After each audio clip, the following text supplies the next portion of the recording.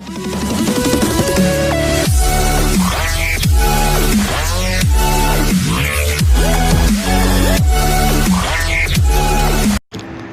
वालेकुम।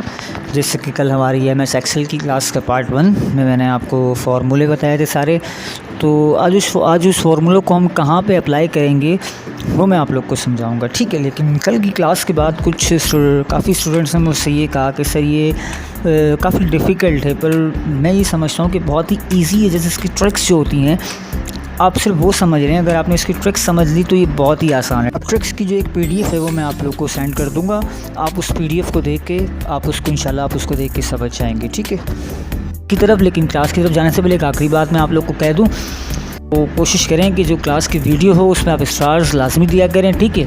तो हम आज की अपनी क्लास की तरफ चलते हैं। ये हम आगे अपने कंप्यूटर स्क्रीन पर सबसे पहले हम एमएस एक्सेल ओपन कर लेते हैं, ठीक है। तो मैंने यहाँ से एमएस एक्सेल ओपन कर लिया। अब सबसे पहले हम क्या करेंगे, यहाँ जाके अपना पेज सेट कर लेंगे ताकि एट एंड हम जब अपने फ्रंट पेज का प्रिंट आउट निकाले तो हमारे लिए कोई प्रॉब्लम ना हो, ठीक है। हमने पेज सेट कर लिया। देखिए पेज सेट करने के बाद एक लाइन दे रहा है हमें, मतलब बता रहा है कि ये हमारी पेज की लिमिट्स है, हमने उस पेज के अंदर काम करना है, ठीक है ना। तो सबसे पहले हम देख लेते हैं कि हमें बनाना किस तरीके से शीट। तो पहले तो हम सीरियल नंबर आएगा, ठीक है, सैलरी शीट बना रहे हैं हम सीरियल नंबर।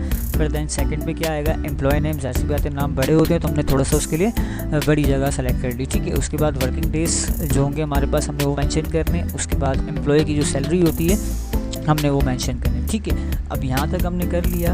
अब हम जो है 3 लाइनें या 4 लाइनें हमने इसको क्या कर लेते हैं, सेलेक्ट कर ली। अब इसको मर्ज कर देते ताकि अपनी कंपनी का नाम लिख सकें, ठीक है। यहाँ पर तो अब मैं आपको कंपनी का नाम ABC कंपनी लिख कर बताता हूँ, ठीक है ना।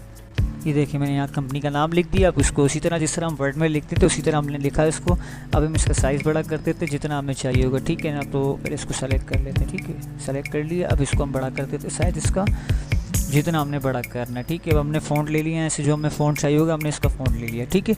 यहाँ तक आपको समझ आया। उसके बाद हम यहाँ पे सीरियल नंबर लिख देते हैं ताकि हमारे लिए सीरियल नंबर। अब आगे का एम्प्लॉय नेम वगैरह लिख के बताता हूँ, ठीक है। तो मैंने यहाँ पर ये लिखी है सारा serial number, employees name, working days और सैलरी, ठीक है। अब हम यहाँ पे आते हैं, छोटी सी एक और ट्रिक है बता दूँ मैं आपको। पहले हमने यहाँ 1 लिखा, ठीक है, फिर यहाँ 2 लिखा। अब हम मुझे बहुत सारे वर्कर्स हैं तो मैं सबके लिए नंबर लिखूँ नहीं, तो हमने क्या करना है, सिर्फ इन 2 को सेलेक्ट करके नीचे देखा कॉर्नर पर छोटा सा एक बॉक्स नज़र आ रहा है, यहाँ पर हमने इस बॉक्स को सेलेक्ट करके इसको नीचे तक लेकर आएंगे। जितने हमें नंबर चाहिए होंगे देखिए ऑटोमेटिकली सारे नंबर लिख देगा यहाँ पर, ठीक है। ये एक्सेल में हम इसको हमारे लिए एक आसानी होती है, ठीक है। अब एम्प्लॉय नेम मैं आप लोग को लिख कर बता रहा हूँ। जो सपोज़ ABCD लिख लेता हूँ मैं नाम के लिए, ठीक है ना। तो आपको समझाने के लिए ABC लिख देता हूँ यहाँ पर मैं। ये देखिए मैंने यहाँ पर ABCD लिख लिया। अब इन सबको सेंटर कर देता हूँ ताकि हमारे पास जो है ना एक अच्छा लुक आ जाए हमारी शीट का। तो पहले मैं इन सबको सेलेक्ट कर लेता हूँ।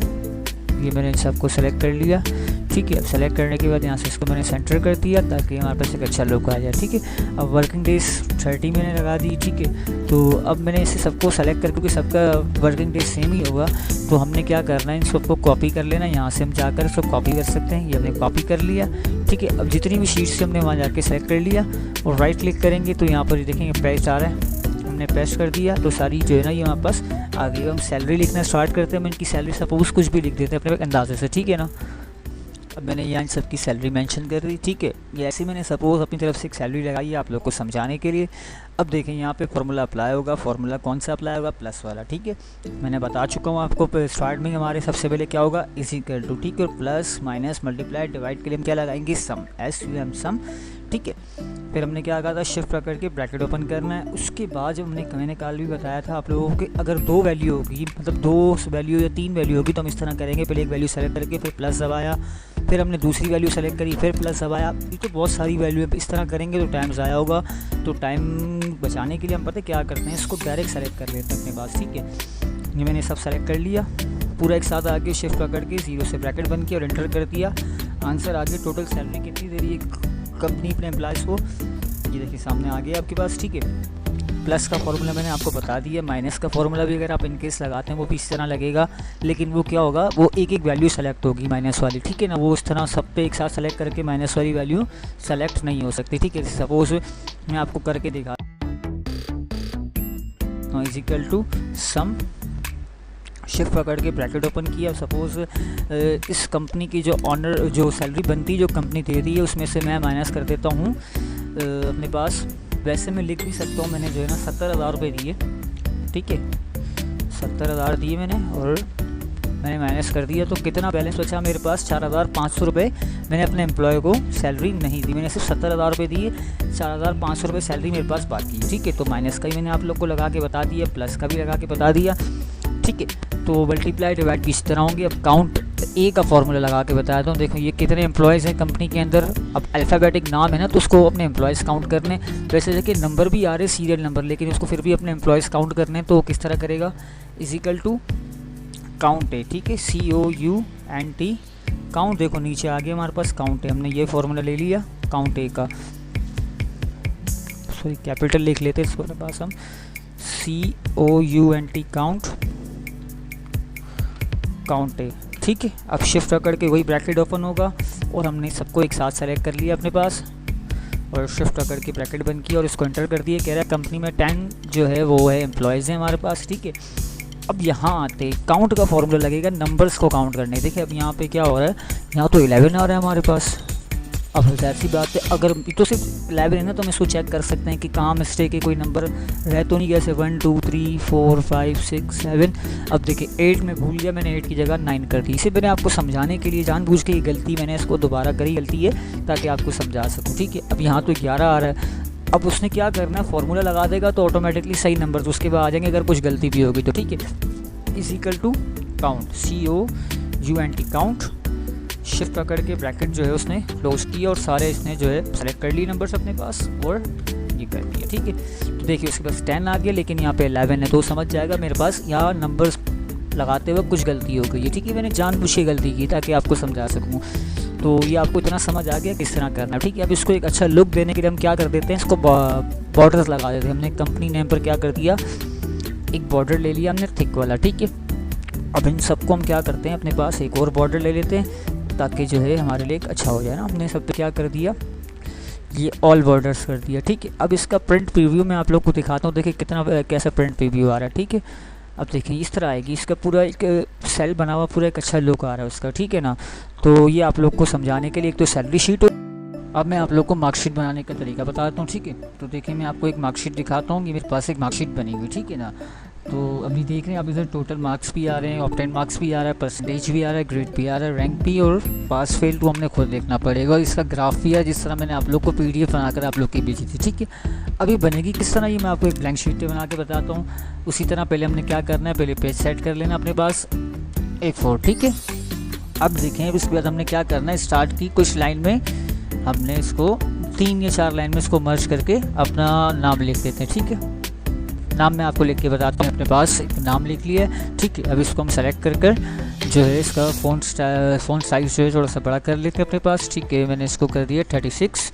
अभी मेरे पास आ गया। अब मैं इसका फ़ॉन्ट स्टाइल चेंज कर लेता हूँ जो मुझे चेंज करना है। ठीक है ना, अब उसके बाद क्या करना है, मैं यहाँ पर देखें हमारे पास दूसरी मार्कशीट में क्या था। अब ये तो एक टेस्ट की रिपोर्ट बनी हुई, लेकिन अगर मुझे सब्जेक्ट वाइज बनानी है तो सब्जेक्ट वाइज बनाने के लिए क्या, अब देखें यहाँ मैं आपको सब्जेक्ट वाइज भी करके बता देता हूँ। ठीक है, तो यहाँ पर मैं आपको करके दिखाता हूँ। ठीक है, देखिए मैंने अपने पास एक मेंशन कर दिया, सारे सब्जेक्ट्स मैंने लिख दिए और अपने पास मार्क्स ऑब्टेन और जो है टोटल मार्क्स लिख दी। ठीक है, अब मुझे इनको एक लुक देना है, तो लुक देने के लिए मैं क्या करूँगा, इन सबको मैंने एक सेल बना दिया यहाँ पर। ठीक है, ऑल बॉर्डर्स ले लेता हूँ ताकि हमारे पास एक अच्छा लुक आ जाएगा। ठीक है, तो अब मैं यहाँ पे मार्क्स लिख के आपको बताता हूँ। ठीक है, तो ये मैंने आप लोग को मार्क्स लिख के बता दिया। अब यहाँ फॉर्मूला कौन सा आएगा हमारे पास, प्लस का आएगा, is equal to sum, shift करके ब्रैकेट ओपन। मैंने आपसे पहले बता चुका था कि अगर 1-2 वैल्यू होगी तो हम एक वैल्यू सेलेक्ट करके बीच में साइन लगाएंगे, लेकिन अगर ज़्यादा वैल्यू है तो हमने क्या करना, सबको सेलेक्ट करके ब्रैकेट जो है वो उसका क्लोज कर दिया। ठीक है ना, ब्रैकेट क्लोज करने के बाद एक बार का हमने टोटल कर दिया। ठीक है, अब सेकंड जो है दूसरी लाइन पे भी हमने ऑब्टेन मार्क्स से भी फार्मूला लगाना है, तो फार्मूला लगाएंगे ज़्यादा मेहनत हो जाएगी, तो इसलिए हम आसान तरीका करते हैं। ट्रिक है ये, आप इस फार्मूला जहाँ हमने फार्मूला लगाया ना, उसी जगह कॉर्नर पर एक छोटे बॉक्सेस बने हुए आ रहे हैं। ठीक है, बॉक्सेस बने हुए आ रहे हैं, तो हम इस बॉक्सेस को सेलेक्ट करके हम यहाँ भी ले जाएंगे, तो ऑटोमेटिकली इस पर फार्मूला अप्लाई हो जाएगा। ठीक है ना, अब मैं आप लोग को बताता हूँ किस तरह हम यहाँ पे, ज़ाहिर सी बात है मार्कशीट है तो पहले स्टूडेंट का नाम आएगा, फादर नेम, रोल नंबर, तो वो मैं आपको ऊपर मेंशन करके बताता हूँ। ठीक है, ठीक है, तो यहाँ मैंने आपको एक नेम भी लिख लिया अपना, फादर नेम। अब इनको थोड़ा सा हाईलाइट करने के लिए मैं क्या कर लेता हूँ, थोड़ा सा इसको बोल्ड कर देता हूँ ताकि हमारे पास ये वाज़ेह नज़र आए। ठीक है, ताकि एक अच्छा लुक दे। ठीक है,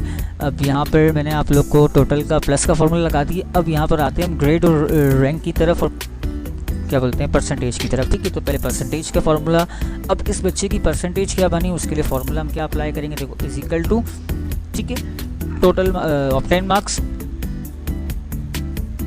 डिवाइडेड बाय टोटल मार्क्स, ठीक है, मल्टीप्लाई बाय 100। अब वहाँ पर इसकी लड़के की जो मतलब जो परसेंटेज थी वो हमारे पास आसानी से आ गई 69.86, ठीक है। तो हम यहाँ पे इसको परसेंटेज लिख देते हैं, ठीक है। ये वहाँ पर इसकी परसेंटेज आ गई और यहाँ इसका फॉर्मूला, मैंने ऐसे रफली लिख के बता रहा हूँ, आपको मकसद सिर्फ फॉर्मूला बताना है, ठीक है। तो ये मैं इसको प्रॉपर तरीके से मेंटेन नहीं कर रहा, यहाँ पे देखिए कैपिटल नहीं लिखा हो, सिर्फ इसका फॉर्मूला मैं आपको बता रहा हूँ। अब रैंक जो होगा वो रैंक आपको क्लास वाइज देना होगा अपनी, जिस तरह आप देखेंगे कि किसके मार्क्स ज़्यादा हैं तो उस मार्क्स वाइज जो है आप उसको रैंक देंगे, ठीक है। और ग्रेड लगाने के लिए आसान तरीका ये भी है कि आप इसको डायरेक्टली 69 पे क्या ग्रेड बनता है, 69 पे बी ग्रेड बनता है, तो आपने डायरेक्टली इसको बी ग्रेड लगा दिया। फार्मूला बहुत बड़ा है, अब जो इतने फार्मूले बताए मैंने आप उसमें थोड़ी सी आप लोग को कन्फ्यूजन हो गई है, लेकिन वो फार्मूला बहुत ज़्यादा ट्रिक्स वाला है, तो अगर आप कहेंगे तो मैं आपको वो भी समझा दूंगा, ठीक है। तो आज की क्लास जो है वो यहाँ तक थी। अगर इसके अलावा किसी और को कुछ और समझना हो तो आप मुझसे मैसेज करके आप मुझसे पूछ सकते हैं, मैं आप लोग को उसकी वीडियो बनाकर सेंड कर दूँगा, ठीक है। अल्लाह हाफ़िज़।